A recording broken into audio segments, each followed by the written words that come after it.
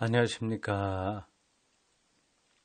지난주에 설교 제목이 생명수 샘물을 값없이 이렇게 되어 있습니다. 제목이 조금 촌스럽게 들립니다.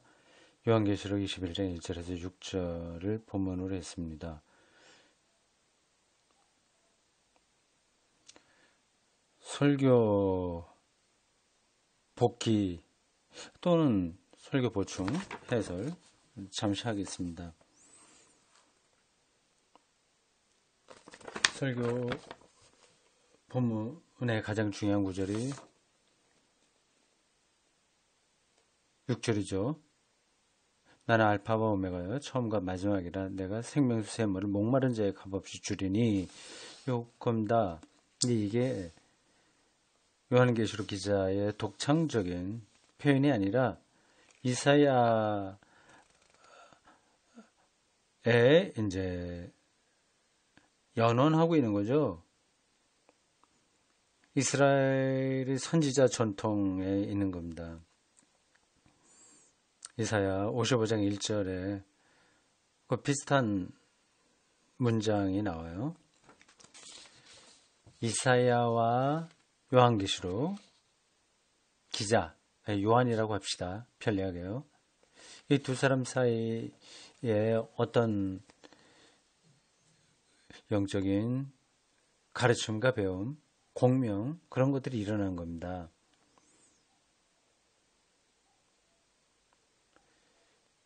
두 사람이 시간적으로 보면 한 700년? 그렇게는 안 된다고 하면 한 500년 정도 차이가 나겠네요. 이사야하고 요한만이 아니라 사실은 구약신약 전반적으로 다 서로 연결되어 있습니다. 어떤 위대한 사상가가 독창적으로 어떤 일을 다 하는 건 아닙니다. 다 연결되어 있습니다. 어디서 배운 거죠? 배운 거를 한 단계 업그레이드 시킨 겁니다. 그게 모양만 잠깐 올린 게 아니라 아주 창조적으로 새로운 차원으로 올리면 그는 이제 위대한 사상가가 되는 거죠. 물리학도 마찬가지입니다. 슈바이처나 하이젠베르크나 그 외에 많죠? 과학자들요. 그들이 대단하지 않습니까? 근데 자기 독창적으로 한 건 없습니다. 독창적일 수 없습니다. 물론 독창적이라고 말은 할 수 있는데 다 자기가 새롭게 생각해낸 게 아닙니다. 다 배운 겁니다. 그 배운 걸 기본으로 해서 한 걸음 더 나가게 된 거죠. 또 하나 중요한 것은 그 천재라고 할 수 있는 그런 사람들이 있는데요. 그 사람만 특별한 건 아닙니다. 그 시대에 많은 사람들이 함께 있습니다. 그 중에 요 사람이 대표적인 거죠. 음악도 그렇습니다. 하이든 뭐 등등등등 많은 작곡가들이 있죠.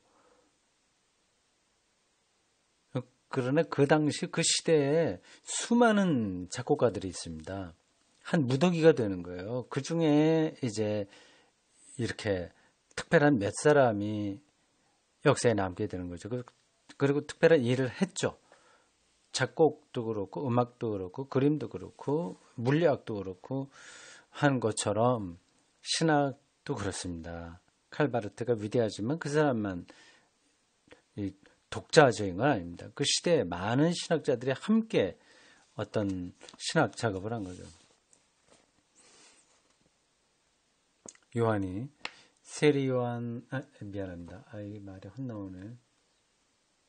지금 이렇게 말하다가 순간적으로 다른 생각을 하다 보면 그렇습니다. 이 집중력이 참 중요한데 이런저런 여러 가지 일들이 좀 있고 저 주변에 산만하고 하게 되면 집중이 잘 안 돼요. 지금 몇 가지 제가 해결해야 될 일들이 있어서 뭐 이거 하면서도 생각이 그쪽으로 잠깐만 가네요. 참 좀 그, 그, 뭐라고 해야 됩니까? 집중력이 떨어지는 거. 그 사람의 한계죠. 요한복음을 기록한 이 요한은 독불장군이 아니다. 그 얘기를 제가 하는 겁니다.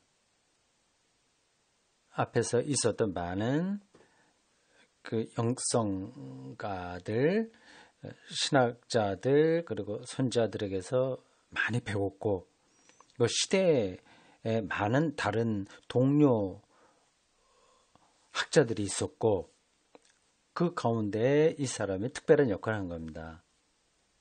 그 뒤로도 계속 그런 일들은 일어났습니다. 어떤 분들은 이러한 신학적인 사태를 조금 이상하게 생각할 수 있을 겁니다. 물리학이라든지 다른 예술, 시 이런 것들은 세상 인간이 하는 일들이니까 그렇게 서로 주고받고 배우고 그렇게 하지만 이거 성경이야. 하나님으로부터 계시를 받는 건데 누구한테 배우고 말고 그런 게 있겠냐. 다른 학문들하고 그렇게 비슷한 거는 아니지 않냐. 비슷하다고 한다면 이거 특별한 거 아니다. 이렇게 생각할 수도 있습니다. 네, 그렇지 않습니다. 그거 제가 더 길게 얘기하지 않겠어요. 신학자들, 성서기자들 포함한 이 사람들도 다 물리학자들하고 하는 작업은 비슷한 겁니다. 세계 우주에 대한 그 연구가 물리학자들이 한다면 그 끝이 안 나는 거잖아요. 계속해서 하나님에 대한 경험도 그와 같은 겁니다. 앞사람이 한 거에서 한 걸음 더 한 단계 더 나가는 겁니다. 요한이 그런 일들을 했습니다. 이사야가 한 이야기에서 영적인 공명을 분명히 받았을 것이고 그걸 근거로 해서 당대 사람 기독교인들에게 어떤 것을 전한 거죠. 그게 요한계시록 21장 1절에서 6절에 나온 설교 본문이었습니다.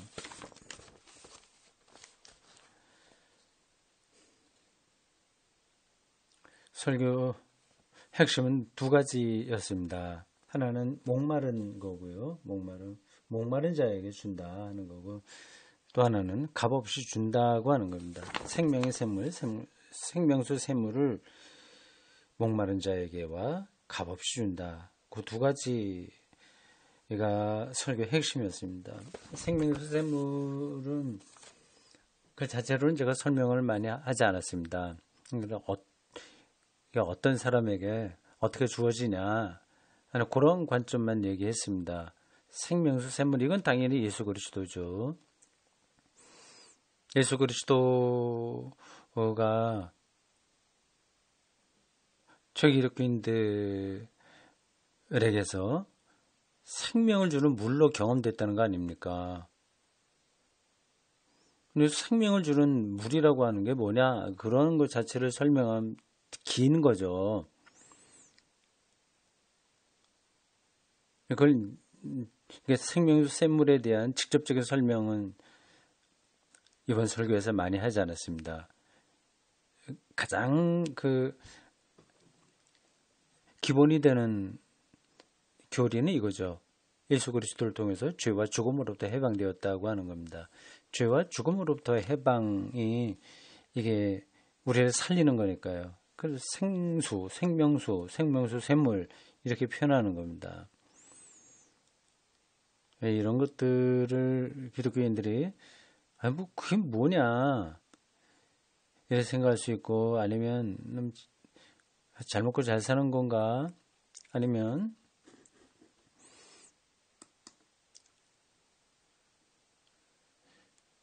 그 아주 천편일률적으로 생각하는 거 있지 않습니까? 내가 잘못한 거 다 용서받고 죽지 않고 내가 죽는다고 하더라도 어떻게 천당에 간다. 죄와 죽음으로부터 해방을 이제 그런 쪽으로만 생각을 하게 되면 그래 고지식하게 생각하고 그냥 착하게 살아도 믿음으로 살아도 되긴 하는데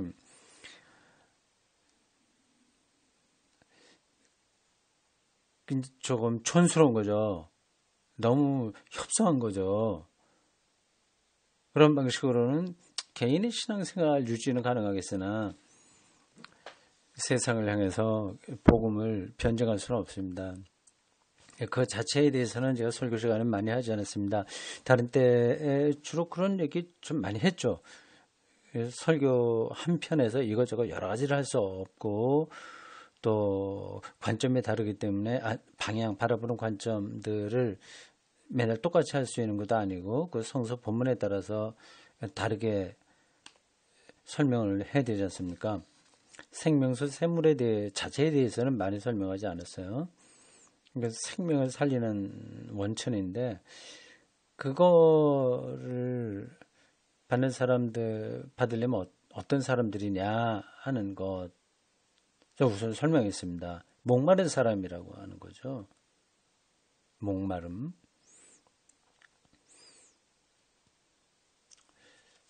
어떤 교우하고 이런 이야기를 했습니다. 아주 짧은 상담 시간이었습니다. 주일날 오후 카페에서 잠시 앉지도 않고 지나가는 길에 서서 한 10분, 5분 정도 하는 거였습니다. 근데 그분 하는 이야기가 여태까지 자기는 기독교 세계 신앙 그런 거를 잘 안다고 생각했다고 하는 겁니다. 벌써 한 10여 년 전에 어느 정도 체계가 세워졌고 어떤 탄탄한 그런 신앙의 어떤 표상이죠. 말하자면 표상 그런 상을 갖고 살아왔는데 요즘 다시 자기 하나도 모르는 것 같다는 생각이 든다는 겁니다. 굉장히 혼란스러운 거예요. 자기의 신앙 체계가 다 허물어지는 그런 느낌이 든다는 겁니다. 그래서 당혹스러워 하시더라고요. 실질적으로 힘들기도 하고요. 이해가 됩니다. 그건 좋은 증상이에요. 영혼이 어디에 딱 이렇게 굳어 있는 게 아니라 경직되어 있지 않고 열려 있는 거죠. 그럴 때만 그런 충격을 받습니다. 딱딱하게 굳어 있으면 아무것도 들어오지 않아요. 가장 쉬운 예로 성경을 문자적으로만 믿던 사람들이 이건 문자가 아니라 더 근원적인 세계를 계속 담아내고 있고 또 열어가고 있구나 하는 거를 넌지시 알게 되면 충격을 받는 거죠. 그전에는 그냥 그 문자 그대로 그 세계 어린아이들이 자기 어머니 아버지 가정 속에서 사춘기되기 전에 그거가 전 세계라고 여기는 것까지 생각하다가 사춘기 지나면서 자기의 그 전체라고 생각했던 것들이 아주 일부라고 하는 것을 알게 됨으로써 받게 되는 충격처럼 기독교 신앙에서도 성경 문자주의에 떨어진 사람이 그 안으로 깊숙이 들어가는 것을 조금 느낄 때에 그런 충격을 받습니다. 그래서 그런 충격을 받을 수밖에 없어요. 그런 느낌이 올 수밖에 없습니다. 아무리 저희가 기독교에 아주 근본 보수적인 입장에 있다고 하더라도 그 문자로만 이게 우리의 영혼이 해결되지 않는다고 하는 것, 그리고 최소한도 이성적인 생각을 하는 사람이라고 한다면 그 문자로 이게 앞뒤가 맞지 않는 얘기들이 숱하게 나오니까 다른 것들을 생각할 수밖에 없습니다.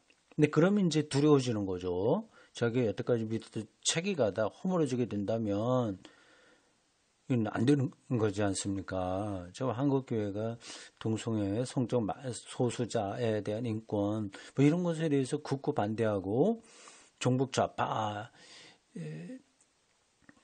이런 쪽에 아주 알레르기 반응을 일으키고 타종교에 대해서 이게 만해사냥처럼 하는 게 딱 그런 겁니다. 자기의 근본이 흔들릴까봐 두려움, 불안한 거죠. 그래서 대개는 그러한 생각이 올 때 닫아버립니다. 그리고 다시 문자주의에 떨어지고 어떤 체제 안에 속으로 들어가서 안주하려고 하죠. 근데 안주가 되지 않습니다. 그러니까 더 열광적으로 빠지게 되죠. 열광적인 상태 빠지니까 독단으로 점점 더 악순환입니다. 결코 그런 데서는 영혼의 안식, 평화, 자유 이건 불가능한 겁니다. 사람은 그런 거 없이도 그렇게 살게 돼 있습니다. 노름판에 들어가서 노름하는 거 이게 계속해서 어떤 자기에게 자극을 주잖아요. 그 참된 기쁨의 자극이 아닌데도 거기에 매달려 살 수 있는 것처럼 영적으로 경직된 체제 안에 들어가서 그냥 뭘 외면하고 꿩들이 뭐 이렇게 위험에 닥쳤을 때 눈 속에 자기 얼굴을 파먹고 현실을 외면한다고 하지 않습니까? 그 비슷한 거죠. 이 목마름, 하나님에 대한 목마름, 이게 뭔지를 잘 파악해야 됩니다. 사람들은 돈이 없어서 목마르다, 뭐 사람이 없어서 그렇다고 하는데 그걸로 해결이 되지 않습니다. 그래도 다른 걸 모르니까 거기서 삶을 소비하는 거죠. 그 소비한다고 하는 게 모든 사람들에게 다 그런 건 아닌데 많은 경우에 기독교 신앙 속에서 하나님에 대한 갈망과는 관계없이 종교적인 소비자로 사는 경우가 많습니다. 대형 마트에 들어가서 카트를 끌고 이 물건 저 물건 구입하면서 그것이 일종의 삶의 즐거움으로 느끼는 것처럼 종교적인 그 마트에 가서 이것저것 주워 담아서 뭐 즐기는 겁니다.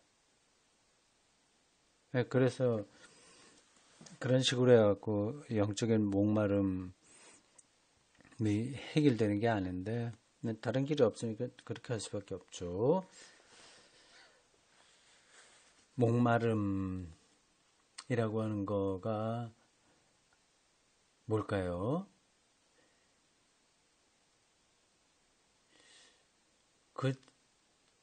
여기서도 설명하지는 않겠습니다. 그냥 길게 하지 않겠습니다. 간단하게 할게요. 가장 중요한 거로 하겠습니다. 우리가 구원받는다고 하지 않습니까?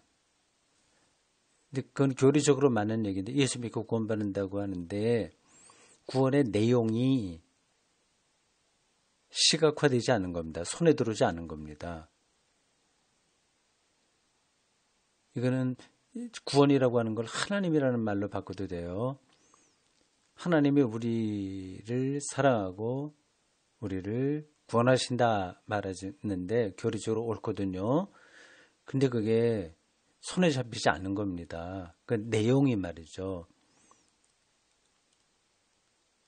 그러니까 목마른 거예요. 도대체 그게 뭔가 구원받았다고 한다는데 하나님이 여기 있다고 하는데 그게 뭔가에 대해서 궁금해하는 사람이 되면 그게 이제 목마른 겁니다.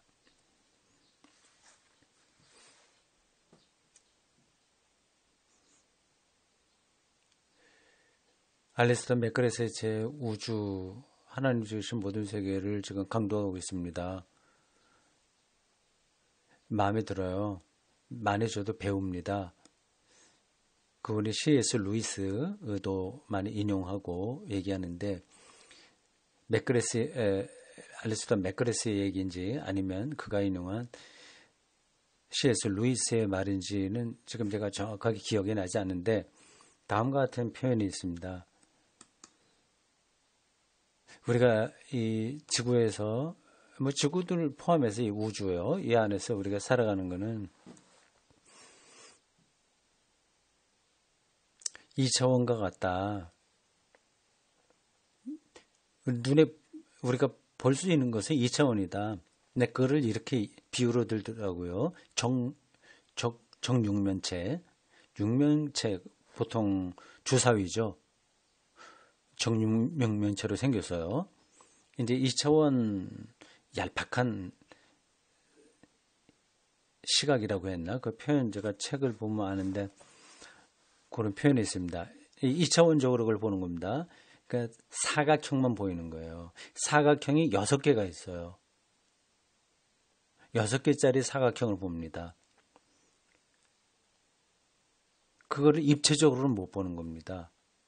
그러니까 그 머릿속에는 사각형이 6개 된 것만 계속 나옵니다. 그게 늘어섰다가 겹쳐졌다가 뭐 이렇게 그런 정도인 겁니다. 이 세계에서 우리가 시간과 공간 안에서 우리가 경험할 수 있는 것은 다 그 사각형입니다. 근데 실제는 육면체죠. 이거는 우리가 어떤 방식으로도 그거를 확인할 수 없는 겁니다. 그걸 가르쳐서 그러니까 사각형만 보지만 실제로는 육면체라고 하는 거. 이 경계 안에 우리가 들어와 있는 거죠. 그래서 아주 리얼리티를 딱 손에 잡을 수 없습니다. 그거를 맥그레스는 시각화할 수 없다 그렇게 표현하더군요. 시각화할 수 없다. 저의 표현으로는 그냥 일반적인 말로 손에 잡을 수 없다 그런 거 했죠. 그런 표현했습니다.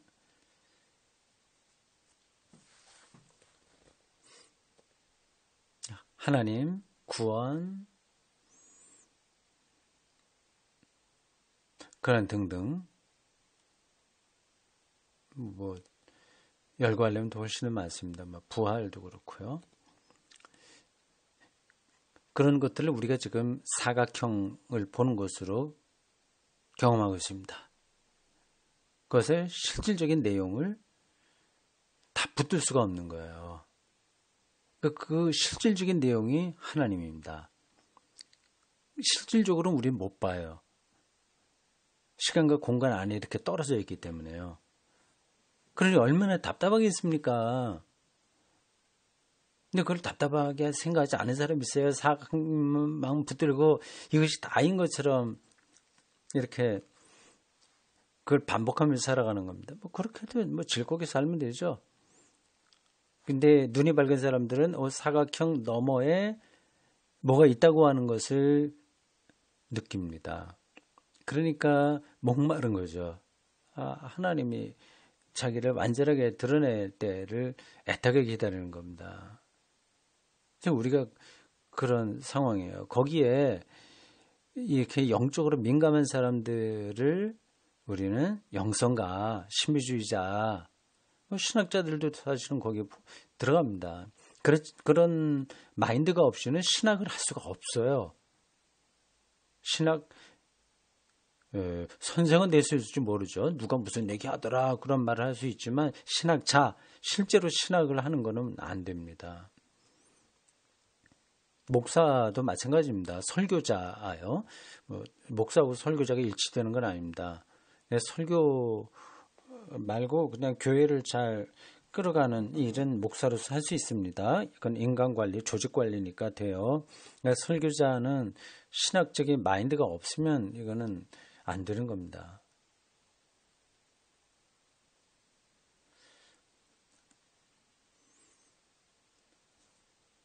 목마름에 대한 짤막한 설명했습니다. 여러분들은 지금 어떠십니까? 목마르신지요? 그냥 외로워서 목마른 게 아니라 궁극적인 리얼리티에 대한 강렬한 그리움 때문에 목마른 거죠. 하나님을 향한 목마름입니다. 그런 사람에게만 생명수 샘물이 주어진다는 거 아니겠습니까?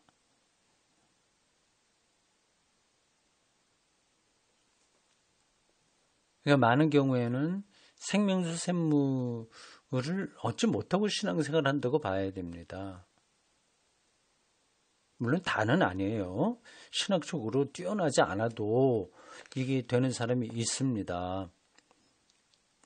소박한 신앙생활을 하는 사람들 중에서도 이거 신학적으로 설명하지 못하지만 생명수 샘물, 하나님을 향한 목마름 때문에 채워지는 것이 있습니다. 그러나 준비가 안 되면 이건 안 되는 거죠. 자기가 뭘 목말라 하는지도 모르고 살아가는 사람들.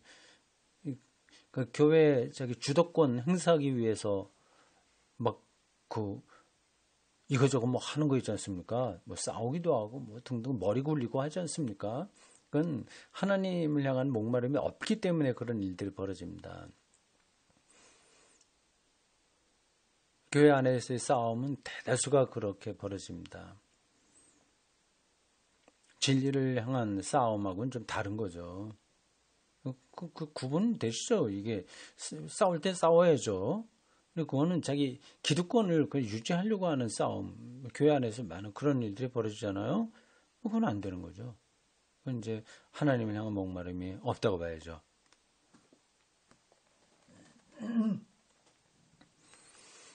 그 하나였고요. 두 번째, 값없이 주어진다고 그랬습니다. 이게 사실은 설교에서 더 중요한 부분이었습니다. 설교 때 충분하게 얘기했기 때문에 지금 다시 그걸 반복하지 않겠습니다.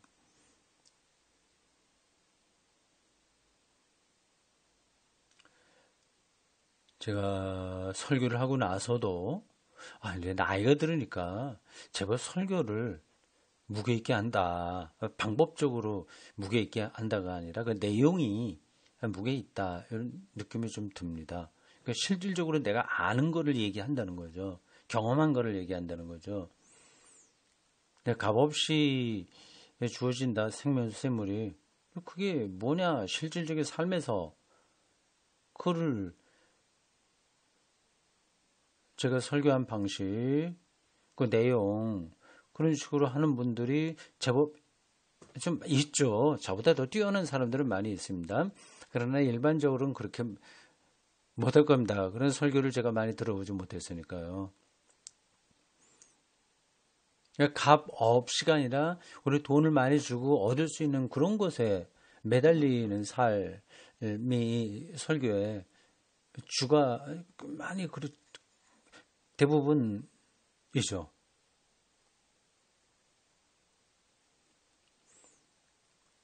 값 없이 얻을 수 있는 그 살아있는 다시 정리해야 되겠네요. 말이 좀 꼬였습니다. 값없이 생명에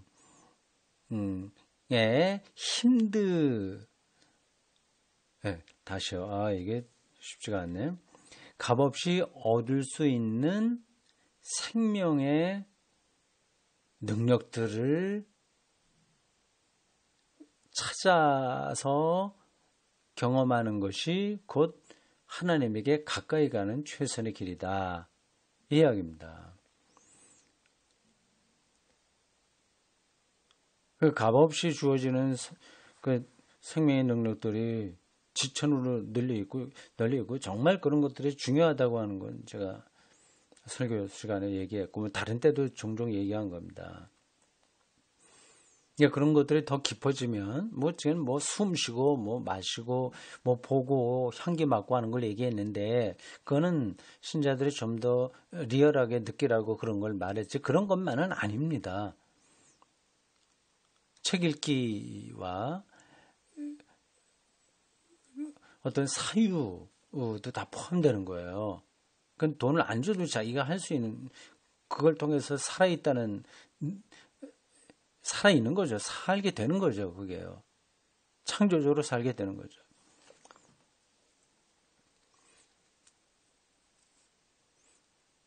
이런 쪽에 관심들보다는 교회가 어떻게 하면 신자들 많이 교회로 끌어올까, 어떻게 하면 해외 선교 많이 할까, 이런 거 주로 생각을 하죠. 종교적인 명성을 떨치는 일들에 관심 많죠.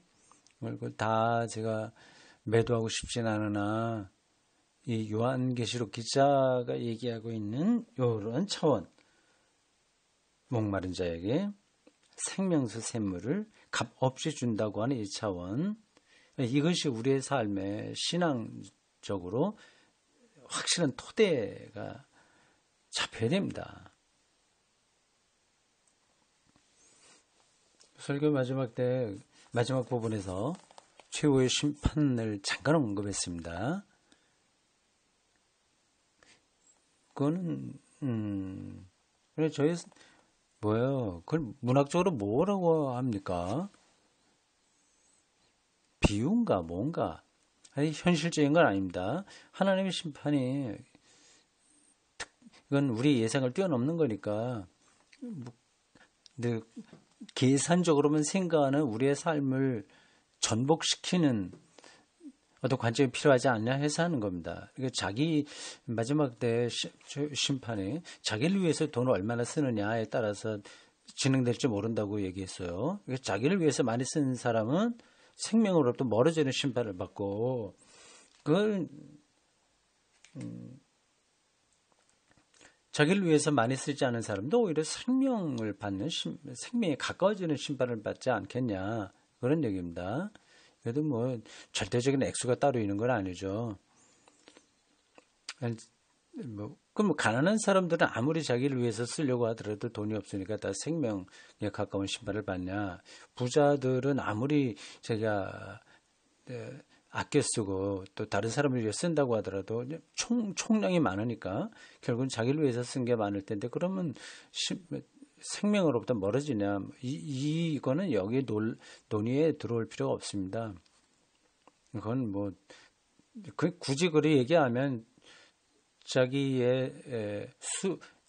재산의 몇 프로를 자기를 위해서 쓰고 몇 프로를 남을 위해 쓰느냐, 남 구제 봉사 그걸 얘기하는 건 아니고요.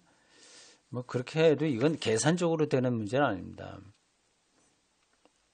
그러니까 지금 모두가 자기 값을 많이 치루어서 얻는 그 삶의 방식을 뛰어넘자, 전복하자. 그래야만 값 없이 주는 생명수 샘물이 어떤 뜻인지 아는 게 아니냐, 이런 뜻이었습니다. 여기까지입니다.